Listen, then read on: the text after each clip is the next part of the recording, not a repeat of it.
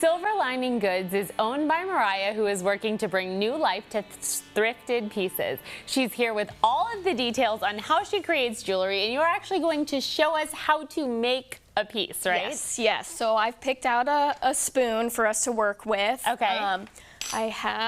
We've kind of sized your finger, so this is like a ring sizer that people will kind of put on their finger and establish what their size is. Okay. So we've done. So we're gonna put it on that one. That'll be the size that we're working with. Yes. And then I will take the spoon, and I have this measuring tool that tells me kind of the ring size for the person, so I know where to cut the item. Okay.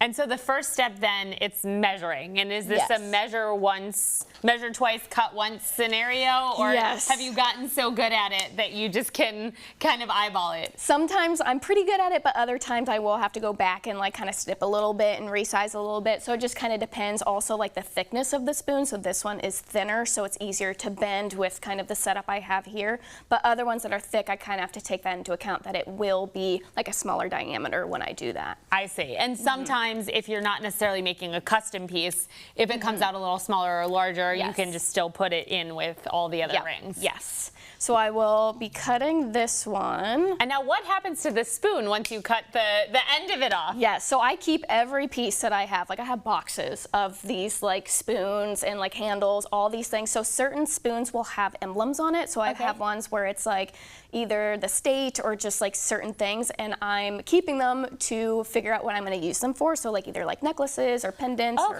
bracelets, something, but I have them all kind of gathered in a box. So no waste. Yes. All right. Every piece of the spoon is going to get used for something. So the next step would be to kind of, this one is like sharp, so you want to kind of grind it down so there's no sharp piece. Okay. So I use this tool right here. So this is a Dremel. I have a bigger sander at home that's just like a huge wheel that I use for like a lot of ones. Okay. So I'll be turning this on, and then I kind of smooth it out like this.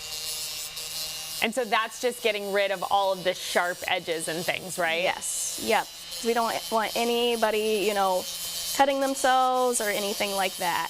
That's nice. And it's nice that it's not sparking or anything like that. I wasn't sure if this was a, you know, going to be throwing metal everywhere, but it just gently sands it. I usually use like eye protection, a mask when I'm doing stuff, so just to keep me safe and other people safe. But with this one, you know, it's not shooting off anything. Right. And then like I'll kind of just like sand it a little bit more. Get that last little bit done. Yep.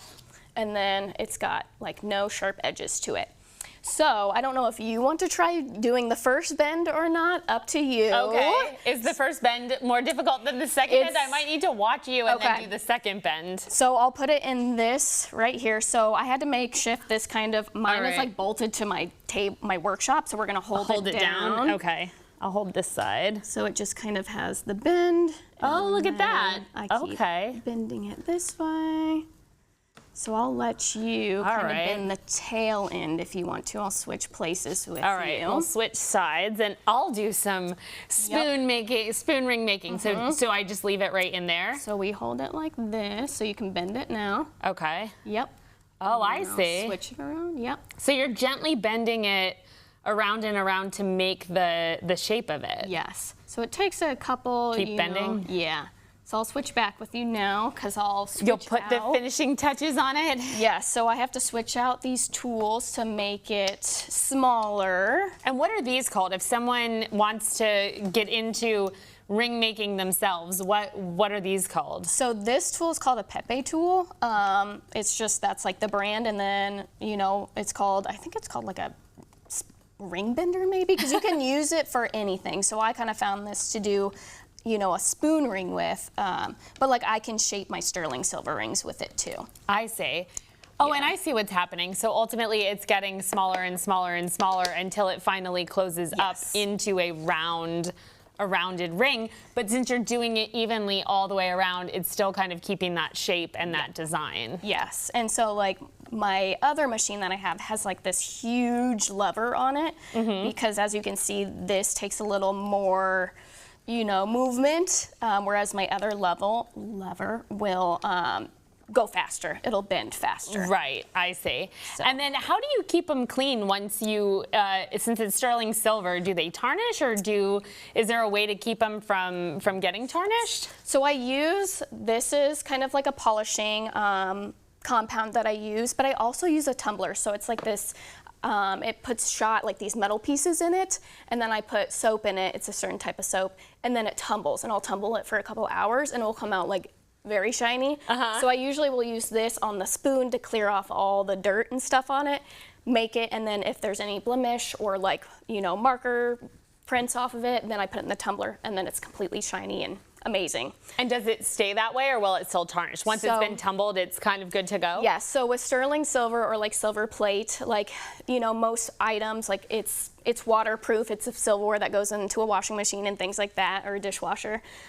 So more than likely, it takes a lot of time for it to tarnish, like most things. I see. But like I wear mine all the time, and I don't have any issues. So. They look gorgeous, Yeah, and that's so easy.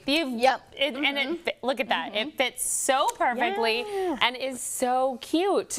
Well, thank you so much for being here and for teaching us how to make this. That was incredible. Thank you. And all of your pieces are really gorgeous. Thank you for being here.